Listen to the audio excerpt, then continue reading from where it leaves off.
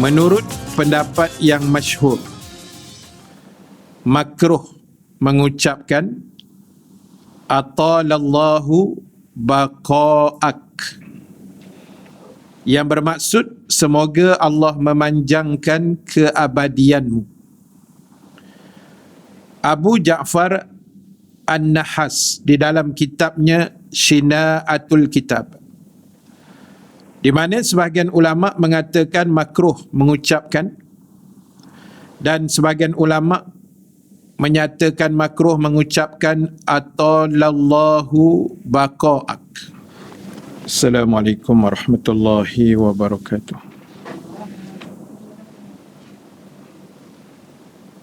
Al-Fatihah. Bismillahirrahmanirrahim.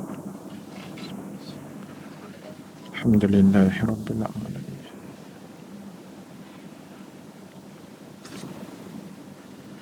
Iyyaka na'budu wa iyyaka nasta'in. Siratal ladzina an'amta 'alaihim.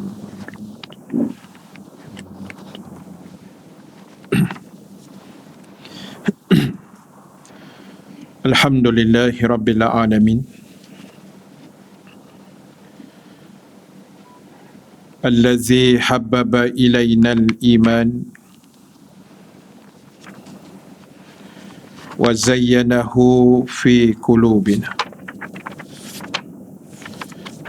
wa karaha ilainal kufra wal fusuqa wal isyan.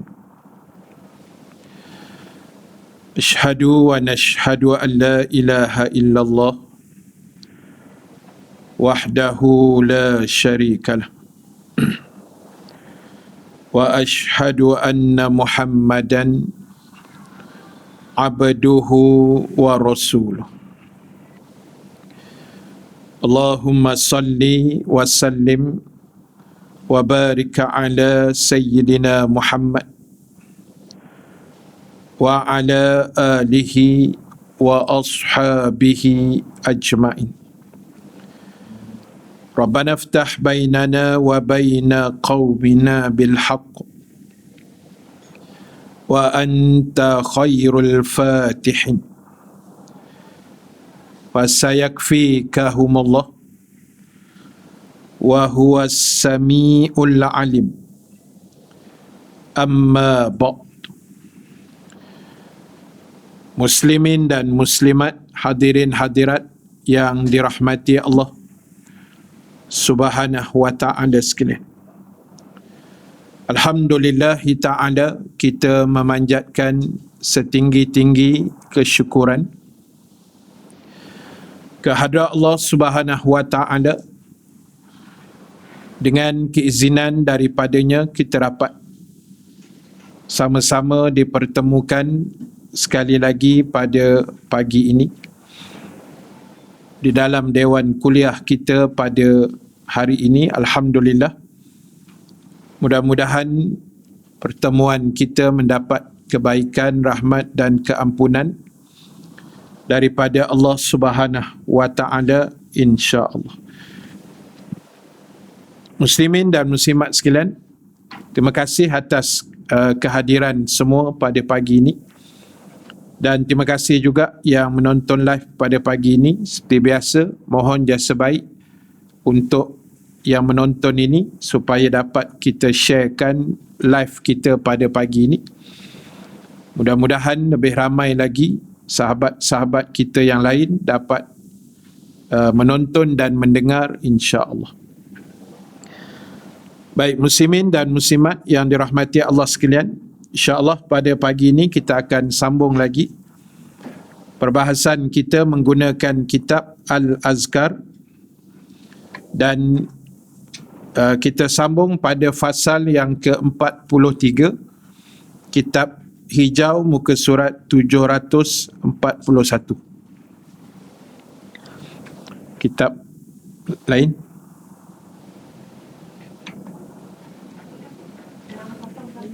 tajuk dia fasal ke-43 je. 601. Dia tajuk besar dia tu hari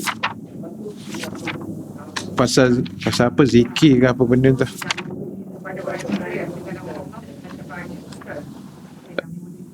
pasal ke-43 menurut pendapat yang masyhur, makruh mengucapkan atalallahu baqa'ak. Yang tu. Jumpa tak? Jumpa? Muka 6 657. Ada lagi? Kitab lain? 601 657. Dua tu je kan? Kitab saya 741. Kitab hijau. Baik, bismillahirrahmanirrahim. Fasal yang ke-43. Menurut pendapat yang masyhur, makruh mengucapkan atalallahu baqa'ak, yang bermaksud semoga Allah memanjangkan keabadianmu. Abu Ja'far An-Nahas di dalam kitabnya Shina'atul Kitab, di mana sebahagian ulama mengatakan makruh mengucapkan dan sebahagian ulama menyatakan makruh mengucapkan atalallahu baqa'ak, dan sebahagiannya membolehkannya. Ismail bin Ishaq menyebut orang pertama yang menulis kalimah itu adalah orang-orang kafir zindik. Dan diriwayatkan dari Hamad bin Salamah radhiyallahu anhu bahawa surat atau tulisan orang Islam suatu ketika dulu berbunyi, dari si Anu kepada si Anu, amma ba'du salamun alaik. Amma ba'du maknanya adapun selepas daripada itu. Dan kita dah pernah bincang dah, perkataan amma ba'du ini dia macam kita panggil grammar saja. Dia macam tata bahasa mengasingkan mukadimah dengan isi surat. Macam itulah. Dia bila tulis alhamdulillah rabbil alamin wassalatu wassalam sampai habis, lepas tu amma ba'du, lepas tu baru apa point. Itu penggunaan amma ba'du. Dia tak ada apa sangat pun sebenarnya, tapi dia membezakan mukadimah dengan isi dia. Dia jadi pemisah kat situ. Salamun alaika, salam sejahtera ke atas kamu. Kupanjatkan pujian kepada Allah, Tuhan yang tidak ada Tuhan lain kecuali Dia, dan kumohonkan selawat kepada Allah buat Nabi Muhammad sallallahu alaihi wasallam dan keluarganya. Kemudian orang zindik membuat tradisi baru pada surat menyurat yang diawali mereka dengan kalimat atalallahu baqa'ak. Baik, jadi tajuk 43 ni ataupun fasal 43, dia nak beritahu pada kita bahawa asalnya dulu orang Islam menulis surat dengan kalimah yang tadi itulah, amma ba'du salamun alaik, salam ke atas kamu. Dia macam satu doa lah, satu doa yang baik, salam ke atas kamu. Tiba-tiba bila zaman berubah-berubah, mari puak-puak kafir zindik ini dan mereka ubah pada kalimah itulah, ditukar jadi atalallahu baqa'ak, semoga Allah mengekalkan atau memanjangkan keabadianmu, ataupun baqa' ni kekal kan. Jadi tak sesuai lah, itu yang ulama kata makruh. Lain dah dia sebut semoga Allah memanjangkan usia kamu, itu tak apalah, itu doa yang baik. Tapi bila dia kata semoga Allah memanjangkan keabadianmu, macam tak mati pula. Gambaran dia begitulah. Jadi sebab itu sebahagian besar ulama menyebut perkara itu adalah makruh. Jadi tapi benda ni kita jarang berlaku lah pada kita kan. Tapi dah ada tulis dalam kitab ni, kita baca kan. Baik, kemudian fasal yang seterusnya 44. Menurut pendapat yang sahih, tidak dimakruhkan. Tidak makruh. Tidak dimakruhkan mengucapkan kepada orang lain dengan kalimat fida'uka abi wa ummi. Ayah dan ibuku adalah tebusan buat kamu. Fidauka abi wa ummi. Ayah dan ibuku adalah tebusan buat kamu ataupun buat anda. Ataupun ja'alani Allahu fidaak. Semoga Allah menjadikan diriku tebusan buat anda. Baik. Banyak hadis yang sahih yang menerangkan kebolehan. Maksud kebolehan ni dibenarkan. Dibenarkan mengucapkan dua kalimah ini. Baik kedua orang tuanya itu beragama Islam ataupun kafir. Sebahagian ulama mengatakan makruh apabila kedua orang tuanya beragama Islam. An-Nahas berkata, Malik bin Anas menyatakan makruh mengucapkan ja'alallahu fida'ak, dan sebahagian lain membolehkannya. Qadhi Iyad berkata jumhurul ulama berpendapat bahawa mengucapkan kalimah tersebut itu boleh saja, baik yang dijadikan tebusan itu beragama Islam atau kafir. Sesungguhnya ada beberapa hadis sahih yang membolehkan ucapan itu. Dalam kitab Syarhul Muslim telah disebutkan sebahagiannya. Baik, perkataan ini sebenarnya dia macam nak kata sumpah. Dia tak ada kalimah wallahi apa semua, tapi dia menjurus ke arah itu. Dia macam tebusan tu bukan tebusan tu. Kan dia kata tebusan tadi kan. Tebusan tu bukan macam tebusan orang kena tebusan lah. Dia bukan yang tu. Dia tebusan ni maksud dia gini. Kita sanggup buat sesuatu kerana Allah, kerana Rasul, ataupun macam kita bukan jual lah, kita gunakan macam nama Allah atau nama Rasul atau nama mak ayah kita atas satu benda yang kita rasa baik dan menyuntik semangat untuk kita buat baik. Itu penggunaan fidauka tadi. Boleh nampak? Dia macam ni. Ada satu kejadian pernah berlaku. Saya tak ingat, tapi ni cerita, minta maaf lah, ni cerita bola sepak. Bola sepak ni biasa orang lelaki kan, tapi ada orang perempuan yang dalam ni mungkin ada kot. Kan? Saya ada kenal juga yang kaki bola ni. Jadi ada satu, saya tak ingat lah, Piala Afrika ke Piala Dunia, saya tak pasti, tapi yang saya tahu pemain Mesir. Saya bukan Muhammad Salah lah, itu main Liverpool. Jadi pemain Mesir ni masa tu dia menjaringkan gol. Saya ingat Piala Afrika kot, berapa tahun lama dah sebelum Covid dulu. Jadi lepas dia menjaringkan gol tu kira gol penting lah. Gol yang sangat penting, berharga, yang melayakkan mereka ke Piala Dunia ke apa entah, saya tak ingat. Lepas dia jaringkan gol tu, dia selak dia punya jersey dia. Dalam tu ada singlet kan, singlet putih macam pagoda tu lah. Dia tulis situ, nahnu fidaka ya Rasulullah. Dia tulis kat baju dia. Sambil dia angkat tu, so kamera fokus lah, so satu dunia nampak. Nahnu fidaka ya Rasulullah. Lebih kurang maksud dia, kami sentiasa bersamamu wahai Rasulullah. Macam tu. Itu makna fidaka tadi. Maknanya dia macam satu sokongan yang kita sanggup buat apa saja demi Allah dan Rasul. Macam tu.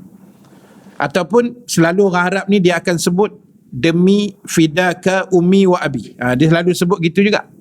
Demi ibu dan ayah. Dia macam menggunakan nama mak ayah dia. Dia nak menunjukkan satu kesungguhan. Dia lebih kurang macam sumpah, tapi dia bukan sumpah. Dia sesumpah lah, lebih kurang gitu. Hak tu dah binatang pula. Dia bawah sikit, bawah sikit daripada sumpah tu lah. Dia tak masuk lambat sumpah.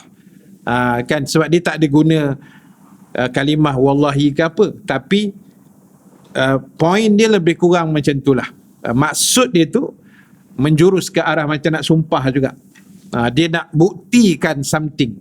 Jadi dia kata, walaupun macam contoh pemain Mesir tadi kan, walaupun aku main bola tapi aku tetap sayang, aku tetap cinta pada Nabi SAW, macam tu. Sebab masa itu kalau tak silap saya ada isu masa tu, orang hina Nabi. Masa tu tak silap orang lukis kartun tu, masa kat Denmark tu ke apa benda, entah lama dah. Jadi dia buatlah tulisan tu.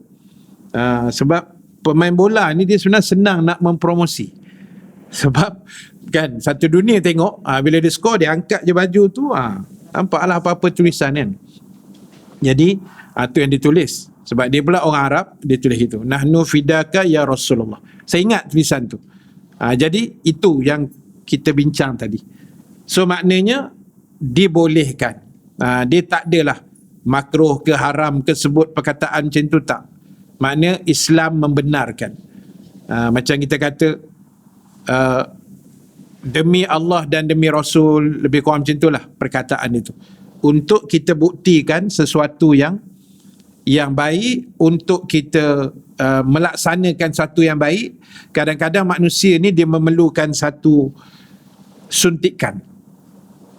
Kita ni saja-saja je kadang-kadang tak jadi.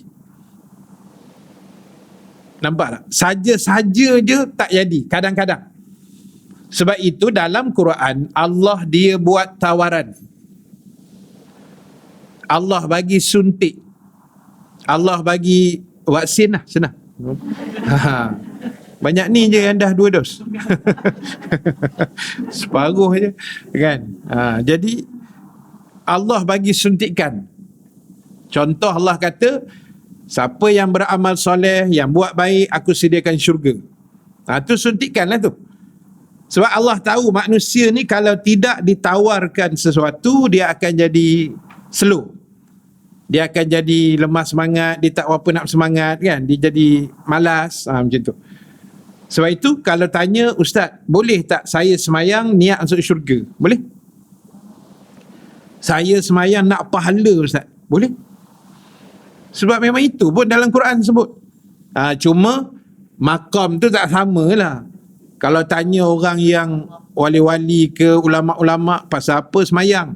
Sebab saya taat perintah Allah. Lain jawapan dia. Sebab apa semayang? Sebab saya nak cari, nak dapat redha Allah. Tanya geng Masjid Al-Falah, sebab apa semayang? Saya tak jawab apa-apa ya.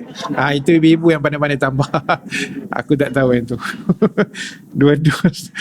Jadi tuan-tuan, dia Allah suntik. Manusia macam tu lah. Macam kita lah kecil-kecil, masa zaman sekolah rendah, tadika kan, latih puasa sehari 10 sen. Zaman tu lah 20 sen, 50 sen. Kalau full sebulan dapat RM30. Contoh tak? Latihan, suntik. Sebab itu Allah dia bagi syurga. Sebab Allah tahu level kita macam mana. Walaupun ada orang dia tak mengharap syurga, dia harap redha Allah. Saya semayang ni Ustaz sebab taat. Saya buat ni sebab taat. Baguslah. Itu kira kita kata makam yang tinggi lah. Level kita, saya lah orang awam biasa ni, kadang-kadang terlintas juga nak syurga, nak pahala kan, nak itu nak ini. Itu memang fitrah.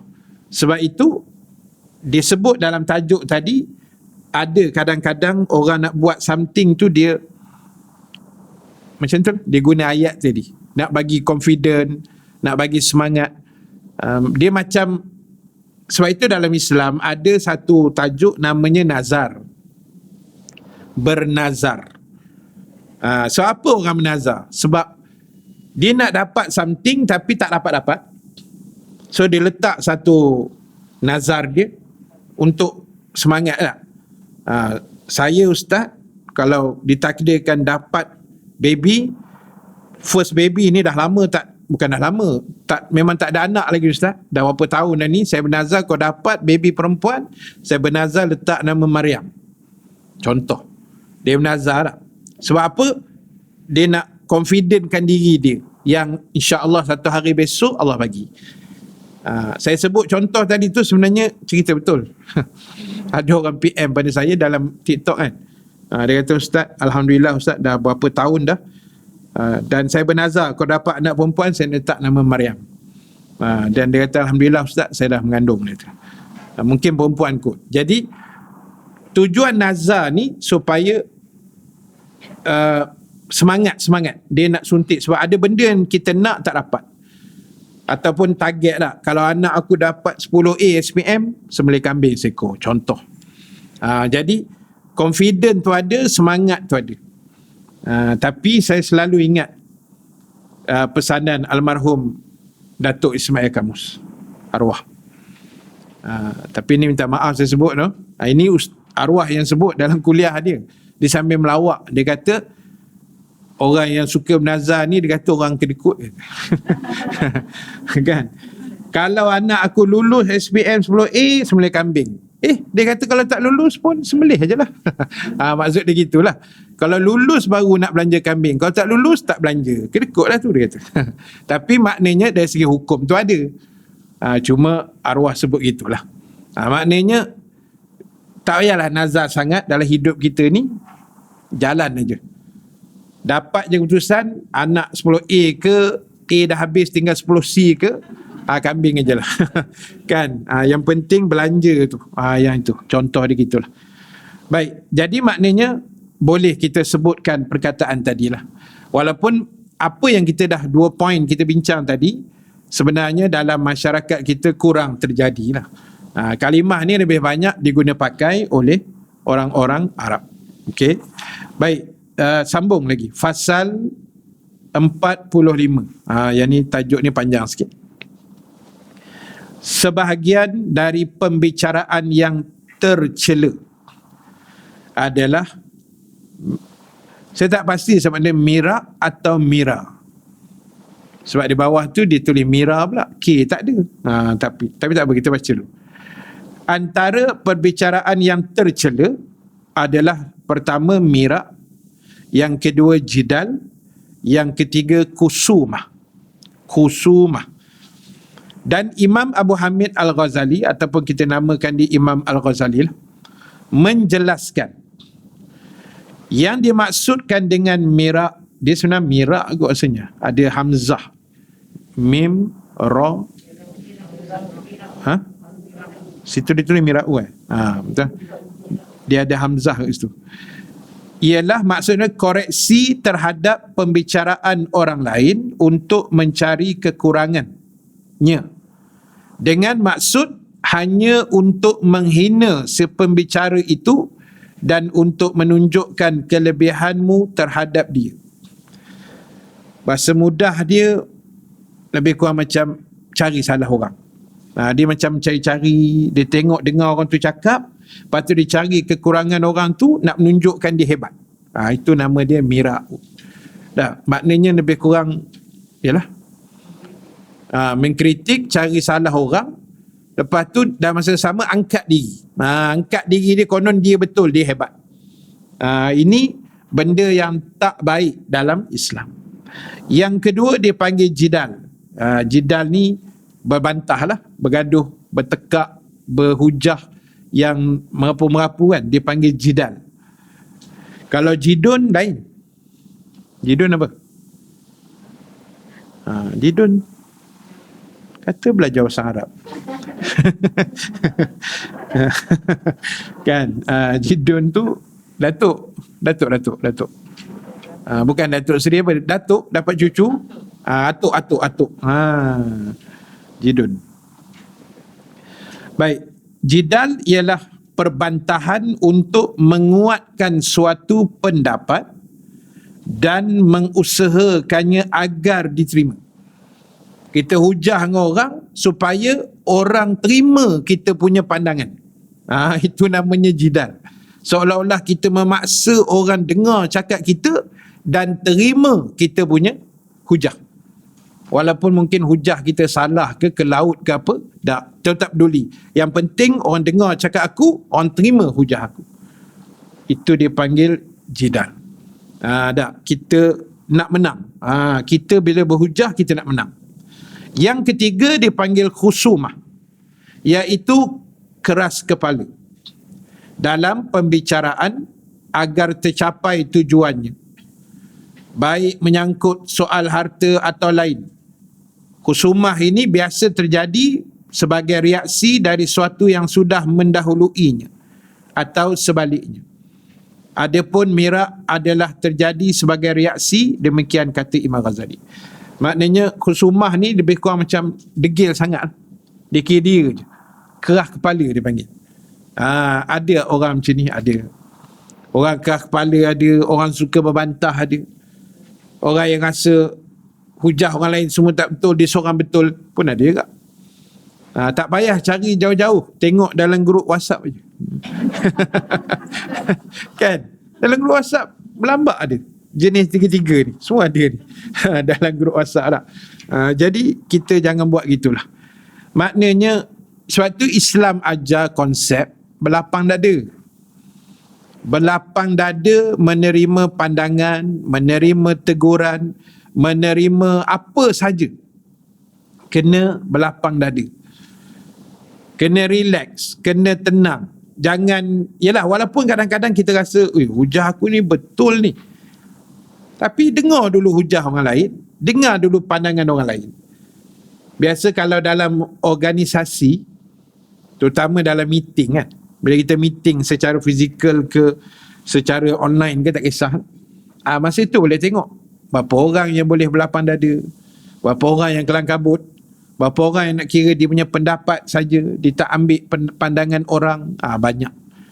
Jadi sebab itulah tuan-tuan, ibu-ibu sekalian, Islam ni agama yang sangat cantik. Dia jaga semua. Dia jaga fizikal kita, dia jaga dalaman kita. Dalaman ni makna perasaan. Kan? Islam ni dia jaga perasaan. Orang kata jaga hatilah. Islam menitik berat benda tu. Contoh ginilah.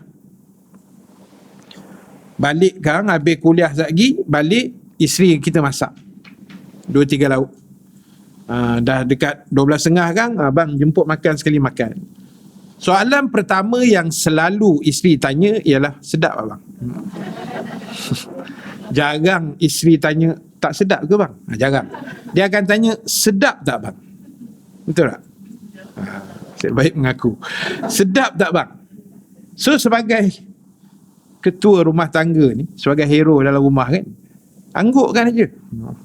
Masin ke, tawar ke, masam ke, hangit ke, sayur tu hampir rentung digorengnya kan.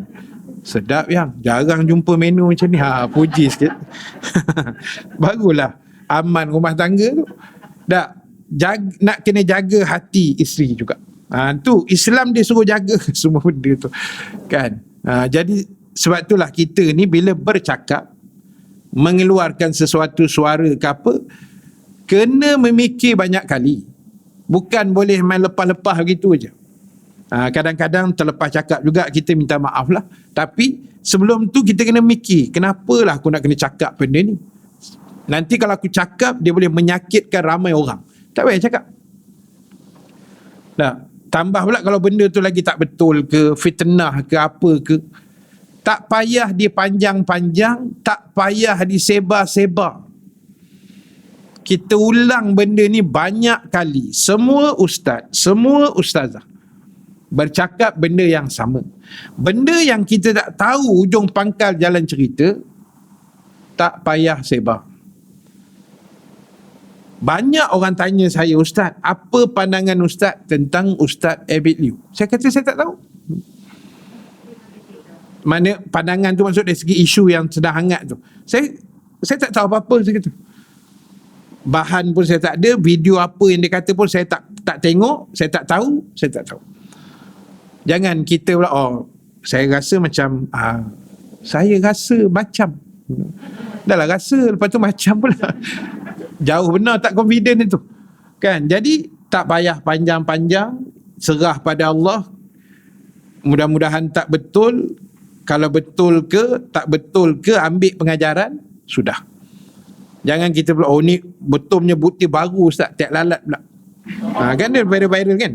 Pasal tak lalat lah apa kiri kanan ni. Jadi penat kita tuan, tak payah panjang-panjangkan. Biar pihak berwajib uruskan semua benda tu.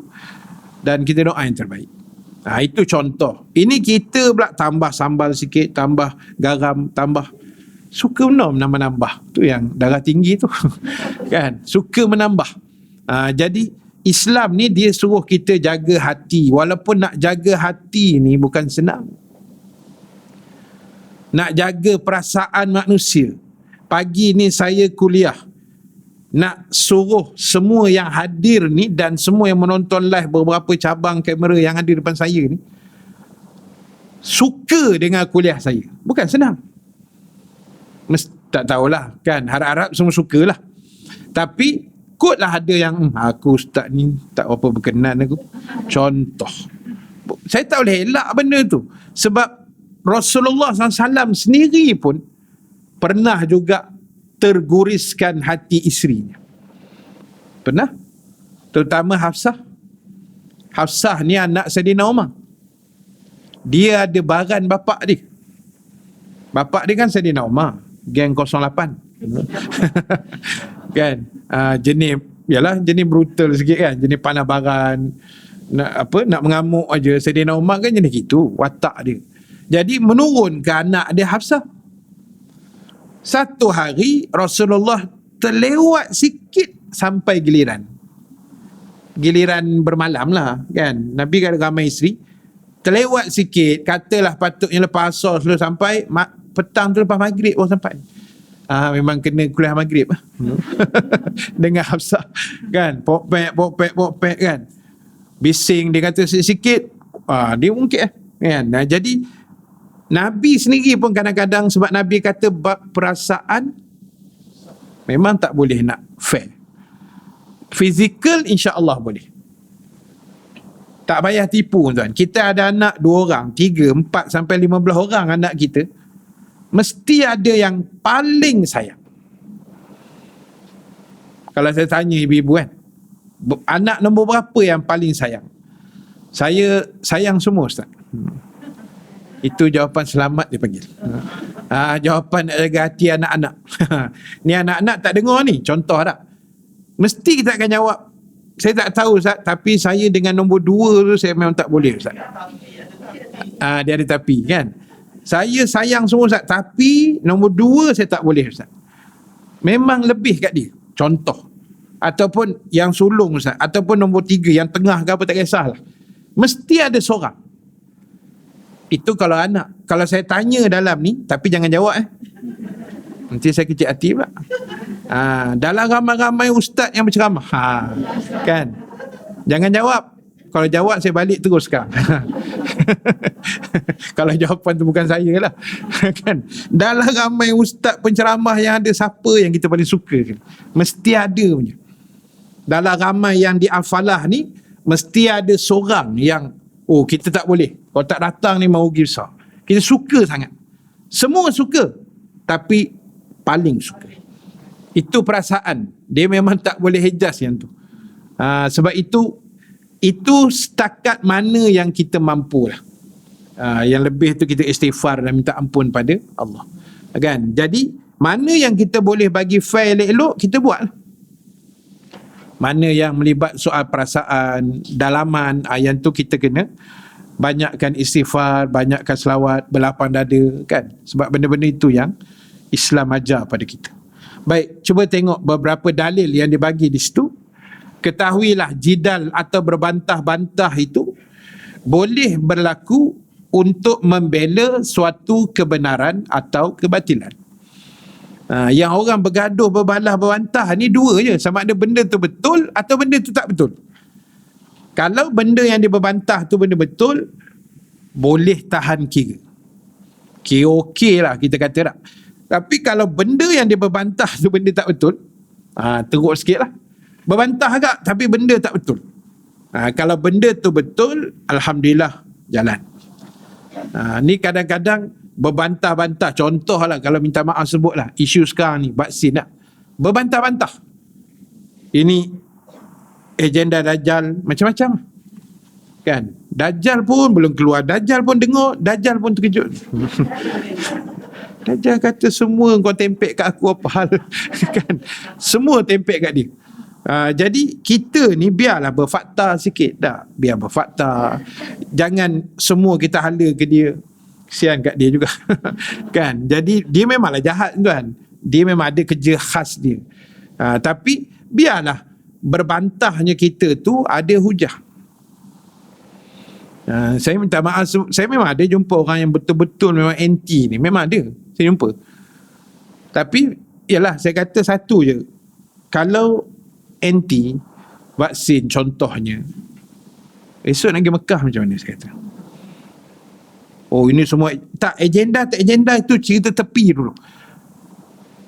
Dah kerajaan Saudi pun letak syarat kan, walaupun SOP umrah belum keluar lagi detail, tapi dengar-dengar macam nak keluar dah SOP dia tu, walaupun agak ketat kan, agak tidak meriah macam dulu-dulu kita pergi ramai-ramai seronok, tak ada apa-apa SOP dah. Tapi nak tak nak terpaksa follow, terpaksa ikut. Macam kami ni, bila Hajar Salwa, walaupun dia tak dapat hadir lagi sebab tempoh edah vaksin dia belum siap.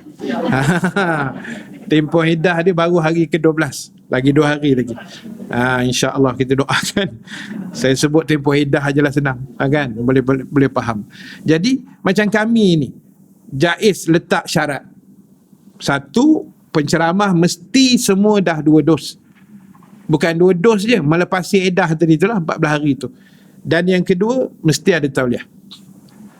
Jadi semua yang start panggil balik kami ustaz ni, yang tempat biasa kami ceramah, semua hantar skrip yang sama. Minta maaf ustaz, tanya cukup tak 2 dos? Cukup tak tauliah ada tak? Aku dah geram, kau hantar gambar tu. Bukan geram, kita senang hantar gambar je, senang. Hantar gambar 2 dos, hantar gambar tauliah, habis cerita. Kan? Jadi kalau saya tak ambil, tak kenanya dia buatnya. Dah. Jadi kita ni sebab tu kena fikir elok-elok.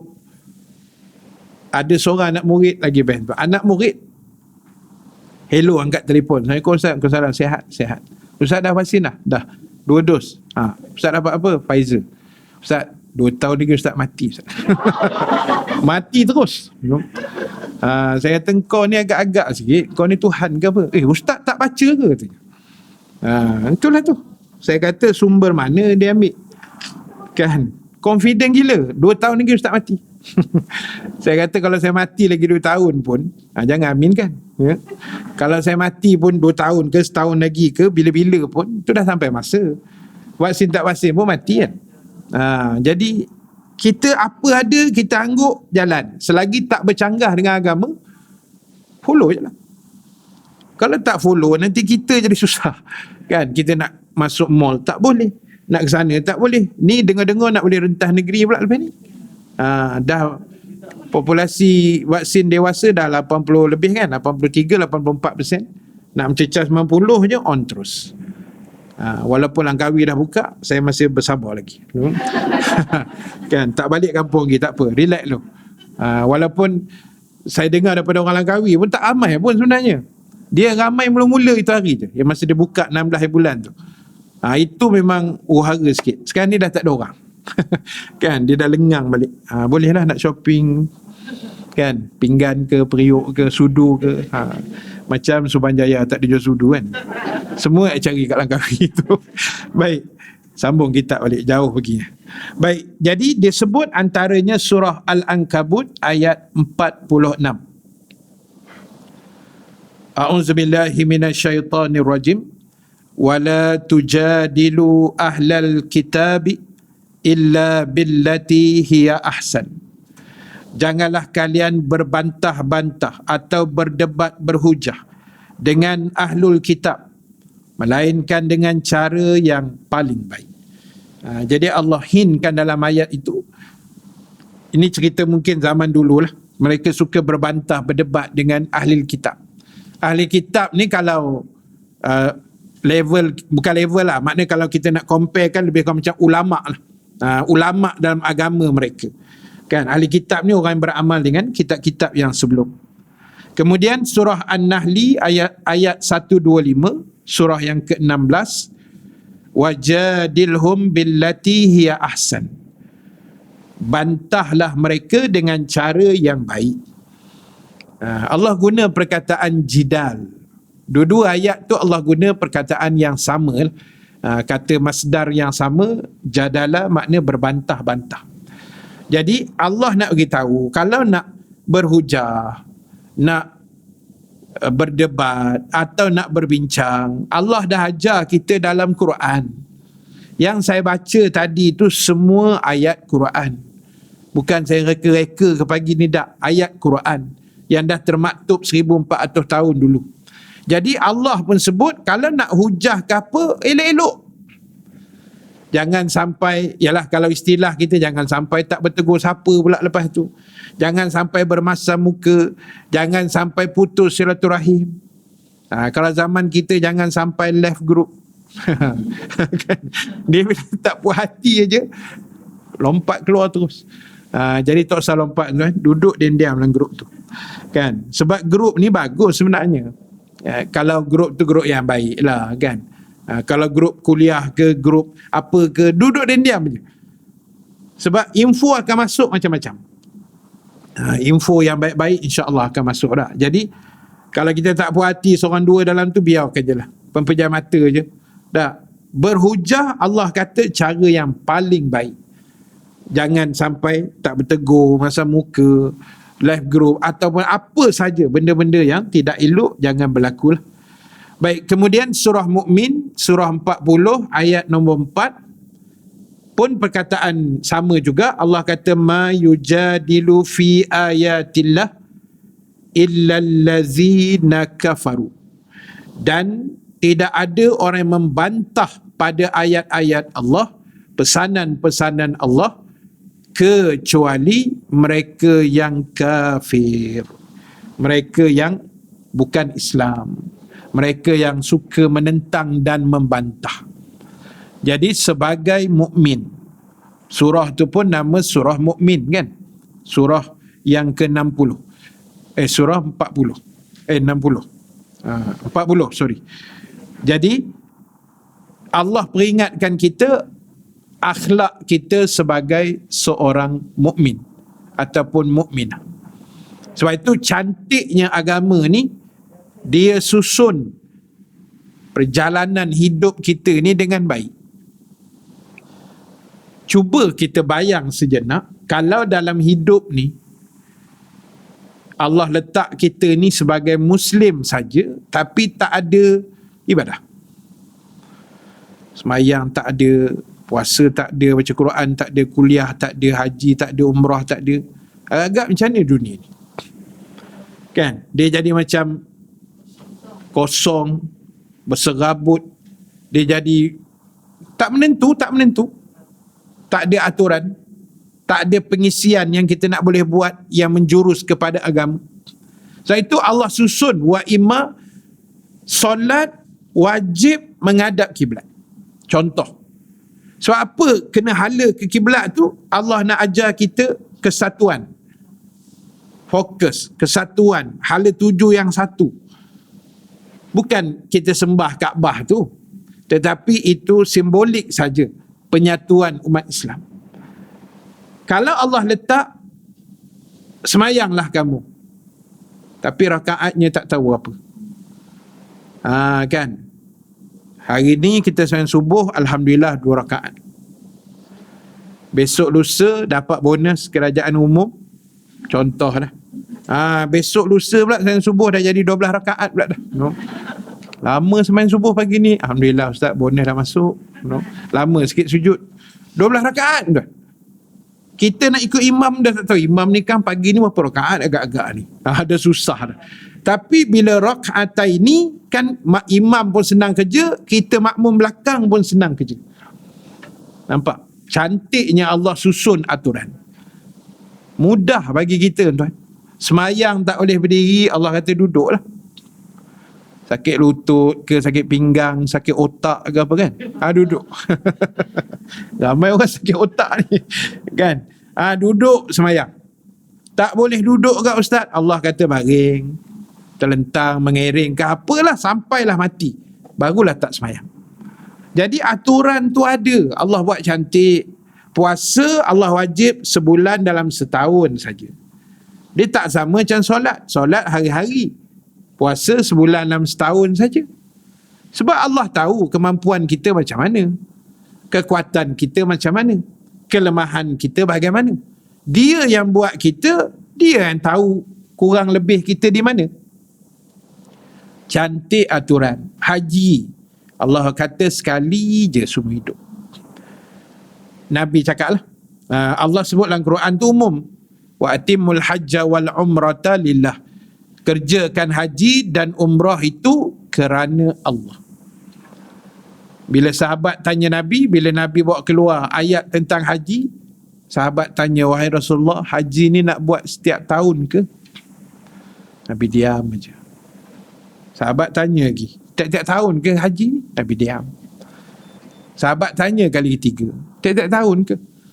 Nabi kata, kalau aku jawab ya, korang susah hati. So, tak. Nabi kata sekali seumur hidup. Sebenarnya Nabi tak jawab tu pasal apa? Sebab Nabi tak berkenan soalan tu. Soalan tu tanya macam nak, dah kot lah, katalah. Tak boleh kata saya Nabi lah, contoh lah. Kata orang tanya saya, Ustaz, haji buat tiap-tiap tahun ke? Kita pun tengok orang tanya, kau ni, iya ke ni? Macam tu lah. Nabi pun tengok sahabat ni, yang tanya ni macam boleh buat tiap-tiap tahun. Macam tu lah kot. Nabi diam aje lah. 3 kali Nabi kata, kalau aku jawab ya, korang susah. Allahu Akbar. Ibu-ibu, sekali semua hidup pun susah. Betul tak? Sekali semua hidup nak pergi haji pun, dia punya queue tahun 2000 berapa? 2090 dekat 2100. Engkau ni 2021 2100. Tinggal tulang rusuk je tuan. Meninggal lah rasanya masa tu. Kan? Itu cara nak pergi sekali tu. Queue lagi, ni SOP baru pula, kota dah makin kurang lah, macam-macam.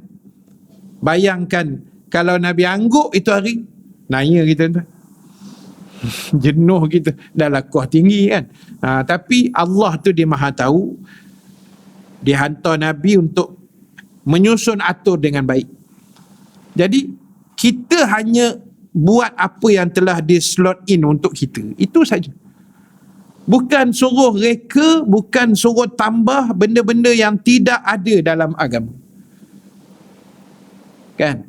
Malam tadi mimpi, lepas tu huraikan. Ajak pengikut. Online pula tu. Ramai pula ikut, ya Allah ya Tuhan. Yang aku datang ni tak ada pula orang nak datang. Geram pula kita kan. Kan? 1000 lebih tu pengikut online dia. Hak mimpi tu lah makcik tu. Kan? 1000 lebih. Mimpi yang pelik-pelik pula tu. Orang kita ni saya tak tahulah, dia suka benar yang pelik-pelik. Yang bukan-bukan, sama macam Facebook saya rasa tak berapa, tapi kalau TikTok kan, yang pelik-pelik tu orang suka. Ada orang buat live, saya tengok malam-malam kan, dalam TikTok, dia buat live apa? Tidur. Dia tidur dekat tepi pokok pisang, dekat negara seberang lah. Dia tidur tepi pokok pisang, bawa lampu sikit, lepas tu dia pacak kamera, buat live. 15,000 yang tengok live. Aku buat live 50 orang aja. No. Tu live nak ajak masuk syurga ni. Kan? Dia orang kita suka pelik-pelik. Bila dia istihad, dia mimpi, lepas tu pergi pada mahsyar lah, jumpa Allah lah, tengok itu, tengok ini. Melampau-lampau benar mimpi dia. Tahu pula nak mati kat mana. Allah sebut dah dalam surah Luqman. Kan? Wa ma tadri nafsun bi ayyi ardin tamut. Tak ada pun manusia tahu dia nak mati kat mana. Itu kan dah menyanggahi ayat Quran. Itu yang Majlis Fatwa minggu lepas memfatwakan sesat. Kan? Jadi tak usahlah tuan-tuan, kita ni syariat yang Allah dah kirim tu dah sangat cantik. Susah-susah Allah hantar Nabi pada kita. Ni kita nak sambut Maulid 19 bulan 10 nanti insya-Allah. Maulid Rasul kan. Bukanlah kita nak cerita balik sejarah Nabi, nak recap balik, nak tengok balik, ambil balik suntik semangat. Susahnya perjuangan Nabi nak bawa Islam. Kan? Kena berperang, tidur dalam gua, hampir dibunuh pada masa itu, macam-macam ceritanya. Bila sampai dekat kita Islam, kita buat lebih kurang. Kita buat main-main. Kita cari pula alternatif. Sedangkan apa yang dah turun daripada Quran, yang Nabi cerita dalam hadis, benda tu dah sangat cantik dan sebenarnya sangat mudah untuk kita buat. Dengan bantuan mungkin para alim ulama, para asatizah yang menghuraikan benda itu supaya kita lebih memahami. Itu saja. Tiba-tiba ada orang pergi cari jalan lain pula. Kona pergi cari apa, nak ijaz ni. Nak ijaz, tak payah ijaz. Allah dah buat untuk kita senang. Dan tugas kita belajarlah mensyukuri. Belajarlah berterima kasih. Kan? Kita di Selangor, Alhamdulillah, hari Rabu minggu lepas, dah dibenarkan berkuliah fizikal macam ni. Alhamdulillah. Saya dapat WhatsApp daripada abang saya, Ustaz Halim Nasir, Sungai Petani, Kedah. InsyaAllah, negeri Kedah besok bermula kuliah secara macam ni juga. Alhamdulillah. Kan? Walaupun, yalah, Kedah kan dia fasa 1 kan, tak naik-naik lagi. Jadi, dah dibenarkan mulai besok. Jadi, maknanya, ini nikmat, tuan-tuan. Tuan-tuan ingat kami suka kuliah online. Gila apa bercakap seorang-seorang depan telefon. Lepas tu gelak seorang-seorang, merapu seorang-seorang dalam tu. Yang mendengar entah ya ke tidak lagi tak tahu tu. Kan? Yang mendengar di rumah tu entah ya ke tidak. Kan dia on, dia pun tidur syahid. Kau cakap lah seorang-seorang, Ustaz, lantak kau lah katanya. Saya bukan tuduh, ni contoh kan. Jadi saya sangka baik je yang menonton tu semua elok-elok belaka tak. Tapi feel dia tak sama kan. Tapi ada satu kuliah muslimat ni, bila saya kata, Kak, kita dah boleh Selangor dah okey dah ni. Tak apa Ustaz, kita online terus. Saya tanya kenapa Kak? Dia kata, Ustaz, online lebih ramai daripada offline. Itu pula. Tapi memang betul. Bila saya pergi surau tu, di surau lah, adalah 10-15 orang. Bila buat Google Meet, kan 50, 60. Jadi dia kata, tak apa Ustaz, buat masa ni kita online dulu. Saya kata, cantik, senang kat kerja kita kan, tak payah nak start kereta nak pergi surau tu. Cuma bila macam ni lebih, so kita pun nak bercakap pun puas lah ada orang kat depan. Ibu-ibu, tuan-tuan, ingat senang kita nak bercakap depan tak ada orang. Ini kerja gila dia panggil. Bukan semua ustaz boleh buat kan. Macam saya mungkin dah terbiasa buat daripada 18 Mac tahun 2020 dulu, start PKP. Hari-hari saya buat live, 1 hari 3 kali. Mengalah orang gila kan, 1 hari 3 kali bercakap pagi, petang, malam. Pagi, petang, malam. Saya tak peduli lah. Dah tak ada apa nak buat kat rumah. Larat nak buka peti ais je. Badan pun dah macam peti ais kan. Jadi buatlah kuliah kan. Orang dengar ke, berapa orang like, share, komen, hantar korang lah. Korang dengar je lah. Tugas kita on je kan. Sebab, tapi sebenarnya ada juga kebaikan. Mesti ada manfaat. Sebab yang dengar-dengar online ni pun saya tengok ada yang berubah, ada yang dapat ilmu baru, ada yang setengah dalam TikTok tu dia kata, oh ada rupanya ustaz dalam TikTok ni. Dia tak tahu, dia tengok jumpa joget je kan. Yang muka kuliah dia jangan jumpa. Ada juga yang yang haters pun ada juga kan, yang dia panggil toxic ada juga. Saya kuliah live Yasin pagi semalam, ada seorang masuk, dia kata jangan masuk live ustaz ni, tak ada faedah, tulis. Tak, dia komen macam tu, tapi dia masuk.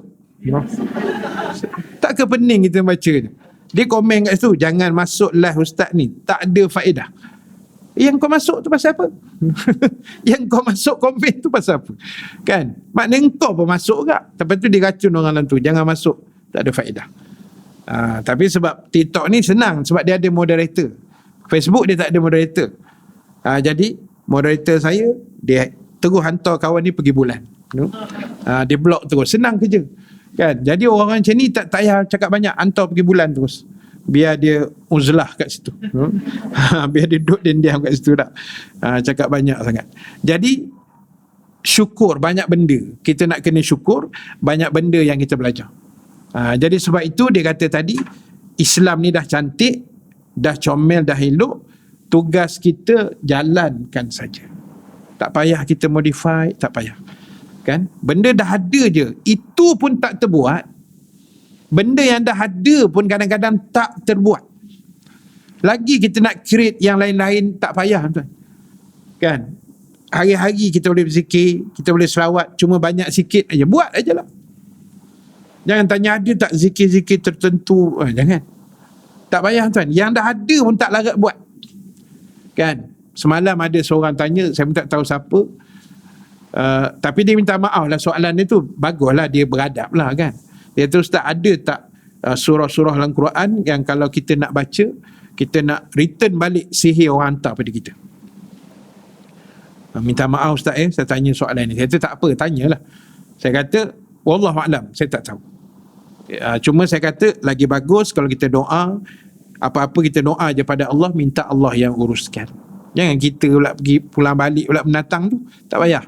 Kan, kita baca saja doa-doa peninding untuk kita, yang lain baki itu kita serah pada Allah. Kan, jangan kita jadi pembalas, tak payahlah. Biar Allah yang balas. Kita je doa, ya Allah aku ni disihir ke apa, aku serah pada engkau. Dah. Dia senang aja hidup ni, tapi kita kadang-kadang bagi jadi susah. Jadi sebab itulah ayat tadi Allah pesan, tak ada orang yang membantah ayat-ayat Allah, dia kata kecuali orang yang kafir. Jadi kita orang beriman kena jadi orang-orang yang tunduk kepada ajaran-ajaran agama. Baik, sebab itulah tuan-tuan, ibu-ibu, sahabat-sahabat yang dirahmati Allah sekalian, inilah pentingnya kita mengaji, kita berkuliah, kita cari ilmu supaya orang kata menjadi satu ingatan, menjadi satu pedoman, menjadi satu kebaikan kepada kita.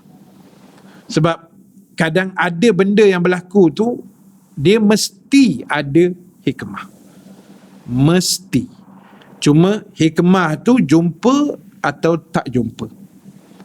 Saya share sikit. Sebab selalu saya buat live saja kan. Hari ni kita jumpa depan, saya share sikit. Yang pagi ni saya tak tahulah ada ke tidak, sebab kadang saya kena baca, kena pakai spek kan. Saya tak tengok sangat. Jadi ada beberapa kali sebelum ini dalam live TikTok saya, ada satu orang, dia bila saya berceramah ni, dia akan cari ayat Quran, dia masuk yang link dengan apa yang saya cakap. Saya kata terror Mamat ni. Saya cakap kata lebat dengki, dia akan cari ayat-ayat yang berkaitan lah. Jangan macam-macam lah dia akan cari ayat-ayat. Rupa-rupanya orang bukan Islam, Hindu, namanya Krishna Venu. Sedap nama. Aku tak tahu makna dia apa, tapi sedap bunyi dia. Krishna Venu kan, nama orang India. Saya tengok, biar betul Mamat ni. Saya tak pasti pagi ni dia ada tak, tapi selalu beberapa kali saya live dia pernah masuk. Mula saya tak perasan nama, rupa-rupanya India. Setiap kali saya cakap, dia akan cari ayat. Lepas tu dia link. Bila kita sebut Allah Maha Berkuasa, dia cari ayat, dia masuk. Terror dia ni. Lah kali saya tak boleh tahan. Saya kata terima kasih Krishna Venu, masuk live saya, kita doakan satu hari besok you akan dapat hidayah Islam. Dia komen, InsyaAllah. InsyaAllah dia komen. Jadi itu ada baiknya pula buat live tu. Kan? Dia bagus live ni berapa? Yang dengar bukan orang Subanjaya. Ni yang dengar depan saya ni semua area sini je. Yang dalam live semua ni sampai ke Amerika kan, yang dengar live kita ni sampai ke Texas pun ada ni, Australia, seronok lah, tak payah datang Subanjaya. Untungnya live yang itulah kan. Tapi yalah, dari sudut orang kata apa, adab menuntut ilmu macam ni lah yang terbaik dah, bersemuka tu. Tapi yang mana cara live boleh on, kita jalan sebab kita nak ambil peluang tu. Sebab bila live ni dia tak ada sempadan kan, dia tidak ada sempadan. Baik, saya nak bacakan satu je perenggan kat situ sebelum kita tamatkan kuliah kita pada pagi ni.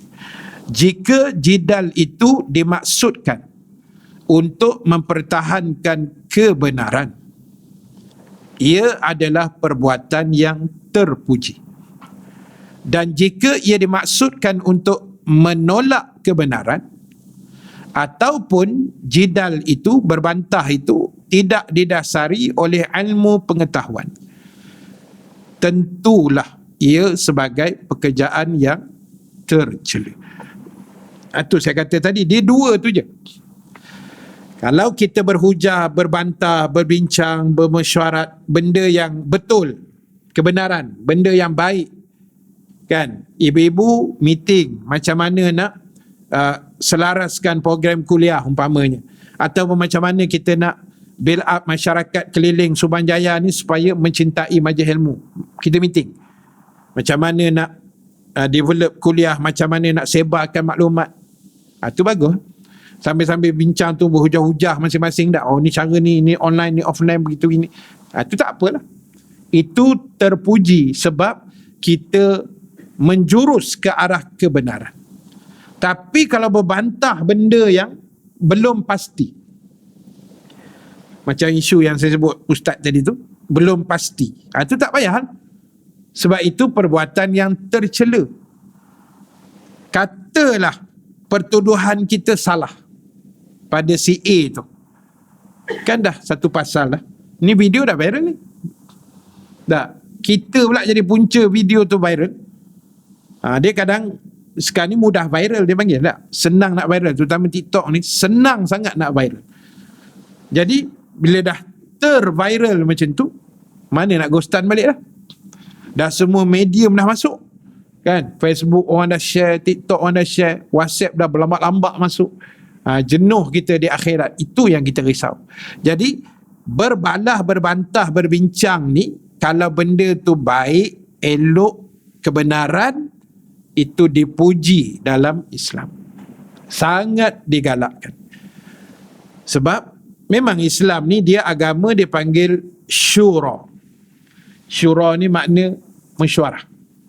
Islam ni memang macam tu, dia menekankan, tak payah cerita mesyuarat AJK cawangan pula dah, AJK apa tu, masjid ke, AJK surau, AJK persatuan apa, tak kisah. Itu besar. Suami isteri di rumah mesyuarat. Bang, bila nak rentas negeri bang? Mesyuarat. Kalau dia benar sekian bulan, kita nak balik bila? Nak balik mana dulu? Dah berebut ni, dah lama dua-dua tak balik kampung. Seorang Johor, seorang Kedah, kan, tak tahu mana satu nak pergi dulu. Mesyuarat, jangan bergaduh. Islam suruh buat benda tu. Nak musafir, kalau 3 orang musafir, seorang lantik dia ketua.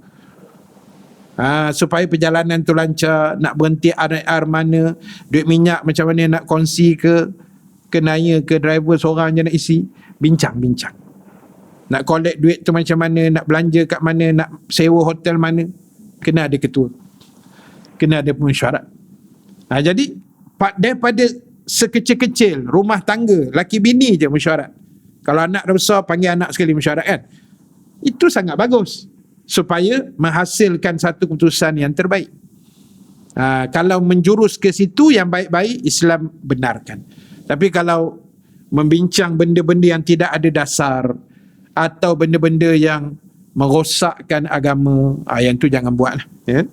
Dan dia kata lagi, berdasarkan perincian inilah maka ada nas yang membolehkannya dan yang mencelanya. Selain jidal, ada lagi istilah lain dipanggil mujadalah. Dan tentang ini ku jelaskan dengan panjang lebar dalam kitab Tahzib Al-Asma' wal Lughah. Sebab itu dalam Quran ada surah Al-Mujadalah. Ada kan? Ada surah Al-Mujadalah. Duk cerita pasal tu lah, bertekak-bertekak ada dalam tu. Jadi siap ada satu surah lagi yang menghuraikan tentang masalah jidal itu. Jadi sebab itulah, tuan-tuan, ibu-ibu, sahabat-sahabat yang dirahmati Allah Subhanahu wa ta'ala sekalian, apa yang saya nak sebut di penghujung kuliah kita ini, iaitu yang pertama sekali, apa pun dalam hidup kita, tolong jaga lisan, jaga mulut, jaga pertuturan, jaga percakapan, jaga apa yang kita nak cakap, Sebab berdasarkan hadis Nabi SAW, Nabi kata betapa ramainya manusia yang akan dihumbankan oleh Allah ke dalam neraka secara meniarap, diheret dan dilempar masuk dalam neraka. Nabi kata akibat apa yang ada di antara dua bibir mereka, iaitu lidah. Kerana lidah ni ramai orang masuk neraka. Dia fitnah, dia mengumpat, dia mengeji, dia mengata, dia menghina, dia memburukkan orang, macam-macam kerjanya. Lidah yang tidak bertulang. Jadi nombor satu, tolong jaga lidah kita baik-baik. Jangan sebar benda yang tidak pasti. Dan nombor dua, dalam apa keadaan situasi sekalipun, majlis-majlis ilmu, pengajian ilmu, jangan kita abaikan. Ya, jangan kita lepaskan, jangan kita tinggalkan. Sebab dalam majlis ilmu macam inilah Allah Ta'ala akan ketuk hati kita. Mungkin hari ni tak terketuk, mungkin ustaz besok terketuk pula sikit. Dia macam tu lah. Bukan datang kena ketuk, tak. Kadang-kadang kena, kadang sipi-sipi, kan? Kadang memang tepat tang sekali benjol kepala kita, kan. Tak apalah, jangan marah tukang ketuk. Tukang ketuk ni kami lah, kan. Jangan marah ustaz. Memang kerja ustaz ceramah memang mengata kat orang. Kan, kita tak mengata ke semut. Jadi kita mengata pada manusia lah, mengingatkan manusia. Jadi jangan tinggal majlis ilmu. Dan yang terakhir, tuan-tuan ibu-ibu sekalian, apa juga yang kita buat, pastikan niat kita betul kerana Allah. Mesti lillahi ta'ala. Jangan ada niat-niat yang lain. Dan apa hal, lillahi ta'ala dulu. Kerana Allah, kerana Allah, kerana Allah. Jadi sebab itu yang saya nak share sedikit pada pagi ni. Dan perenggan sebahagian ulama berkata kita akan sambung Oktober, insya-Allah, pada minggu kedua Selasa bulan Oktober dan minggu keempat, insya-Allah. Baik, jadi tuan-tuan, ibu-ibu sekalian, terima kasih banyak pada semua yang bersama hadir pada pagi ini. Dan terima kasih juga semua yang menonton live Facebook dan TikTok dan semua channel yang ada, YouTube dan sebagainya. Mudah-mudahan ada manfaat buat kita semua. Kalau tak dapat banyak, dapat sikit pun alhamdulillah, kan. Kalau dalam kaedah tu disebut tak boleh ambil semua, jangan buang semua. Tak dapat semua, jangan buang semua, kan. Dapat apa pagi ni, dapatlah sikit ustaz, jaga mulut. Jadi kalau tak ingat sejam lebih yang kita ceramah tadi, memang tak ingat semua. Bukan tuan-tuan tak ingat, aku pun tak ingat apa aku cakap tadi, kan. Kita pun tak apa ingat sangat. Jadi dapat sikit-sikit poin pun jadilah. Jangan berbantah lah, jangan cari pasang orang. Jadi insya-Allah ada rezeki, kita jumpa lagi pada tarikh yang ditetapkan. Dan kita harap proses ini akan terus berterusan. Tak ada dah PKP lepas ni, dah harap-harap gitulah, insya-Allah. Baik, jadi terima kasih pada semua, dan seperti biasa